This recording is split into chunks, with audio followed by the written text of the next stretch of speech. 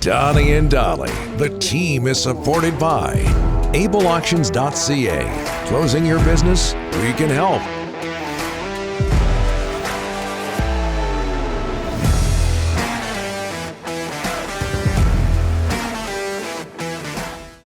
Yeah, I mean, that's something that I was, not going to, kind of talk about today. I wanted to just focus on Columbus, and then I was going to, get to that after. But Calgary is a special place for me. I was part of their organization for 12 years, and I loved every second I was there. But for me, I think it was just time for me to make a little bit of a change, I think, I'll leave it at that. But it was a special place for me. I loved it there. The fans were great to me, yeah. And there he is wearing Kent Johnson's 13. Obviously, they've made some sort of deal, or maybe just Kent just gave it up.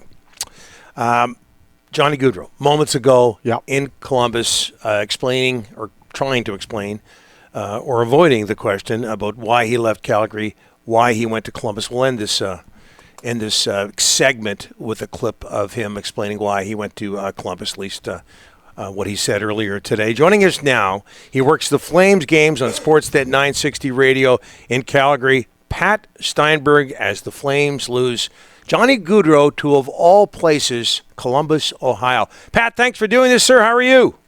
I'm doing well, guys. How we doing? Good. Very well, very well. How's the city of Calgary doing right now? It's pretty jilted. I would say since Tuesday night when the news first broke that this was going to happen, and since Tuesday night we found out that Johnny was not going to re-sign in Calgary, there's kind of been some differing opinions. And at first it was, I think it was pretty split. I think it was Johnny Gaudreau's camp and some vitriol that was being tossed their way. And there was a lot of vitriol towards Brad Treliving and the Flames for not being able to re-sign this player. But I think ever since the Columbus decision, it's just been a lot of frustration at the decision and how it all came to be. And I feel like there's been a lot of frustration about the fact that it took so long to get to this point, and then the fact that it took so long, he decides to choose a place that nobody really thought he was going to choose and leave a lot of money on the table. And, on the outside, it doesn't really feel like it's as close to home as other potential destinations felt like. Just all of that together. And it's just kind of been a weird stretch. And I think Flames fans are feeling a little jilted. There's been a lot of that slap in the face that's been talked about. That's kind of the way it is out here right now. And I think people will start to get over it and adjust to not having Johnny Gaudreau. But it's been an interesting 24 hours or so. Pat, you watched the entire media session with Johnny Gaudreau in Columbus. What did you take from it?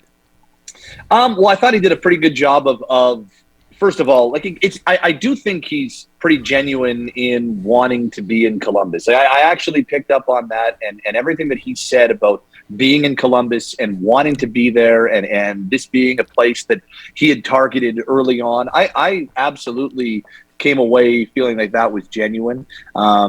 And I think there's even a little bit more to speak to that, knowing that he took a significantly less amount to go there compared to what New Jersey was reportedly offering him, what we know Calgary had on the table, and could have gone even a little higher on. So he left a lot of money on the table to go there. So there's clearly a desire to go to go there and play in Columbus. And, we can all have our opinions on what those motives were, but that I came away with, that he was very genuine in that. And then I thought he did a pretty political job of not getting into, while addressing the 3 or 4 questions about not returning to Calgary or why it was time to make a change or why it was time to go in a different direction. Did a pretty good job of I think, kind of not really nailing it on the head. He addressed it, said it was time for a change, said he loved Calgary, said he probably will say something a little bit more, I would guess, over social media in the days and weeks to come. But did a pretty good job of kind of not getting too into the details and I don't want to say avoiding, but not diving too deep into why Calgary maybe wasn't the place that he wanted to stay. And I think that's maybe the thing that Flames fans are most interested in now is, okay, why was Calgary not the place? Why Columbus over Calgary? And maybe we'll never truly find those answers out, guys. What's your speculation regarding that subject, Pat? Why would he want to leave Calgary when he was well established there? Very good team. They offered him a ton of money, more term, more money than Columbus. If you don't mind, if you can speculate, why do you think he left?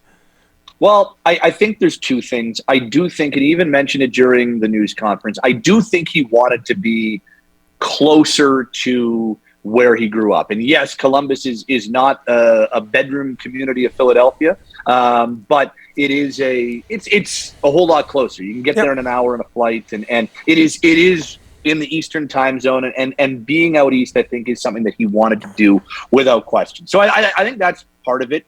And I think there's a little bit to the anonymity thing that people have talked about. Yep. You know, the fact that you're not going to be in the same spotlight in Columbus that you were in Calgary. Like, he was the face of this franchise for the better part of a decade.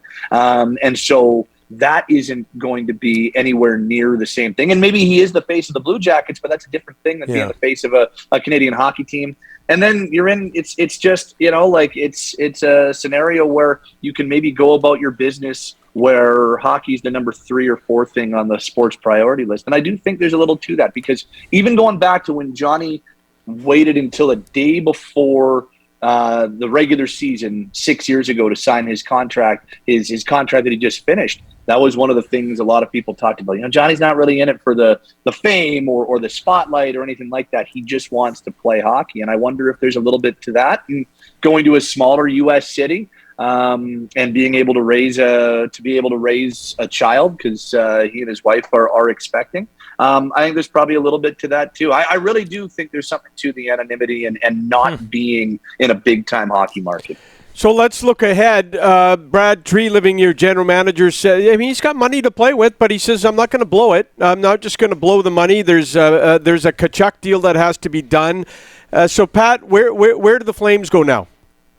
Well, guys, I think the next thing is what happens with Tkachuk, and not just what does his contract look like, because maybe we're asking the question, what does his contract look like with another team? Because I really think now, first of all, I do think it is going to be more difficult to sign Matthew to a long-term deal without Johnny Gaudreau being here long-term. So that's number one. I think that the fact that Johnny has decided to go elsewhere and not re-sign in Calgary is going to make it more difficult for Calgary to get Matthew Tkachuk to sign to a long-term deal. And that's really too bad, because they have this 219-point duo, and now there could be a chance that neither of them are signing long-term. The problem with Matthew is that he's got 1 year, and then he's an unrestricted free agent. The way his last 3-year deal was structured, big QO, and that QO could walk into unrestricted free agency. And I can tell you with 100% certainty the Flames are not willing to let a high-profile player walk for nothing for a second consecutive year. So knowing that, and knowing that, you know, I think the Tkachuk camp is being a little cagey and being a little – and I don't say that in a negative or any other type of connotation, other than that they're negotiating the way that a player should negotiate. You know, Craig Oster, his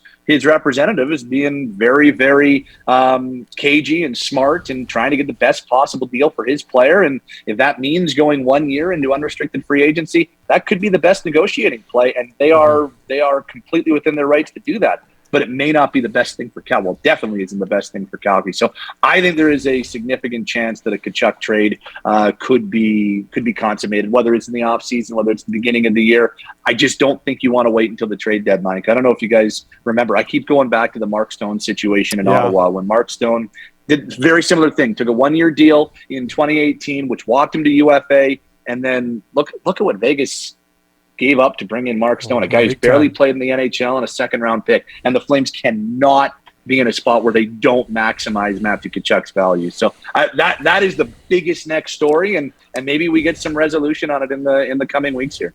Sounds similar to a story we have brewing here in Vancouver with JT Miller. Very, very quickly, Pat, I think I've got it right. January 23rd, Columbus at Calgary. What kind of reception does number 13 get?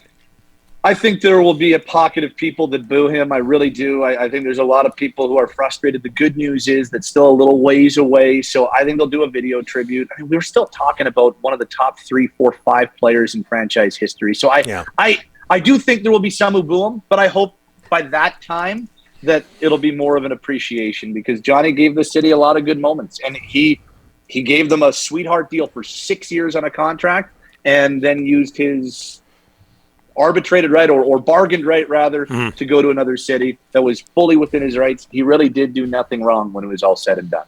We got you on short notice. We thank you so much for this, Pat. Have yourself a great summer. Thanks so much. Thanks, gents.